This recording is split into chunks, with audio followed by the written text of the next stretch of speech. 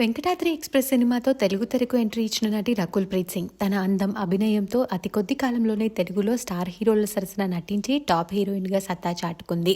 అయితే గత కొంతకాలంగా తెలుగు సినిమాలు చేయకపోయినప్పటికీ బాలీవుడ్, తమిళ్‌లో మాత్రం బ్యాక్ టు బ్యాక్ చిత్రాలతో ప్రేక్షకుల్ని అలరిస్తోంది. రకుల్ త్వరలో పెళ్లిపీటలెక్కబోతున్న సంగతి తెలిసిందే. గత కొన్నేళ్లుగా బాలీవుడ్ ప్రొడ్యూసర్, యాక్టర్ అయిన జాకీ బగ్నానీతో ప్రేమలో ఉంది రకుల్. ఈ ఫిబ్రవరి 22న వీరి పెళ్లి జరగబోతున్నట్లుగా తెలుస్తోంది. నిన్నటి నుండి ప్రీ వెడ్డింగ్ సెలబ్రేషన్ మొదలయ్యాయట. అయితే మొదట వీరు డెస్టినేషన్ వెడ్డింగ్ బయట వేరే కంట్రీలో చేయాలని ప్లాన్ చేసుకున్నారట. కానీ ప్రధానమంత్రి మోదీ గారు ఇండియన్ టూరిజం అలాగే డెస్టినేషన్ వెడ్డింగ్స్ ఇండియాలోనే చేసుకోవాలని అందరినీ కోరారు.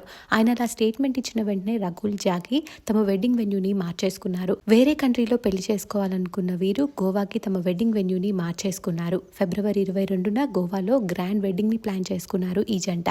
ఈ న్యూస్ ఇప్పుడు నెట్టింట్లో వైరల్ అవుతోంది. మోదీ చెప్పిన మాటకి రకుల్ ఇలాంటి నిర్ణయం తీసుకోవడం అందరికీ బాగా నచ్చింది.